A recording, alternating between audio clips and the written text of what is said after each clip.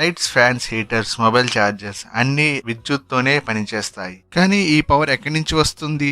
ఈ రహస్యం 1831లో Mitchell Faraday ఒక చిన్న ప్రయోగంతో కనిపెట్టారు. దాని పేరే ఎలక్ట్రోమాగ్నెటిక్ ఇండక్షన్. ఫారడే ఒక సింపుల్ సెటప్ తో మొదలు పెట్టారు. ఒక కాపర్ కాయిల్, ఒక అయస్కాంతం మరియు గాలనోమీటర్ తో. అయస్కాంతం స్థిరంగా ఉన్నప్పుడు ఫ్లక్స్ మారదు. ఫ్లక్స్ మారకపోతే ఈఎంఎఫ్ ఉత్పత్తి కాదు. మ్యాగ్నెట్ కాయిల్ లోపలికి వెళ్ళినప్పుడు నీడిల్ ఒక వైపుకి డిఫ్లెక్ట్ అవుతుంది. బయటకు వస్తున్నప్పుడు ఆపోజిట్ డైరెక్షన్ లో డిఫ్లెక్ట్ అవుతుంది. అంటే ఫ్లక్స్ మారినప్పుడు ఈఎంఎఫ్ జనరేట్ అవుతుంది. ఫారడే నియమం ప్రకారం ఉత్పన్నమయ్యే ఈఎంఎఫ్ ఫ్లక్స్ మార్పు రేట్ కి అనులోమానుపాతంగా ఉంటుంది. ఆల్టర్నేటర్ లో రోటేటింగ్ మ్యాగ్నెటిక్ ఫీల్డ్ వాడతాము. రోటర్ తిరిగినప్పుడు ప్రతిసారి ఫ్లక్స్ స్టేటర్ కండక్టర్స్ ని కట్ చేస్తుంది. ఆల్టర్నేటింగ్ ఈఎంఎఫ్ ఉత్పత్తి అవుతుంది. రోటర్ స్లోగా తిరిగినప్పుడు ఫ్లక్స్ చిన్న రేట్ లో కట్ అవుతుంది. క్లామీటర్ లో 20 వోల్ట్స్ చూపిస్తుంది. స్పీడ్ కొంచెం పెరిగినప్పుడు ఫ్లక్స్ ఫాస్ట్ గా మారడం వల్ల రీడింగ్ 60 వోల్ట్స్ దగ్గరకు పెరుగుతుంది. స్పీడ్ ఇంకా పెరిగితే అప్పుడు ఫ్లక్స్ చాలా ఫాస్ట్ గా మారుతుంది. క్లామీటర్ లో 120 వోల్ట్స్ చూపిస్తుంది.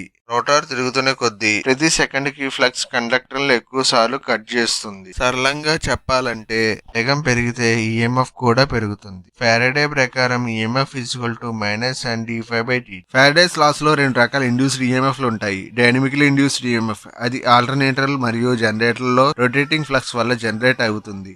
స్టాటికల్ ఇండ్యూస్డ్ ఈఎంఎఫ్ ఇది ట్రాన్స్ఫార్మర్ లో ఫ్లక్స్ చేంజ్ వల్ల జనరేట్ అవుతుంది. ఈ రెండు ఫారడేస్ లాస్ యొక్క మూలం, విద్యుత్ ఉత్పత్తికి ఆధారం. డౌట్స్ ఉంటే కామెంట్ చేయండి. సండే 3 PM లైవ్ లో అన్ని క్లారిఫై చేస్తాను. వీడియో నచ్చితే లైక్ చేయండి. ఇలాంటి ఎడ్యుకేషనల్ షార్ట్ కోసం సబ్స్క్రైబ్ చేయండి.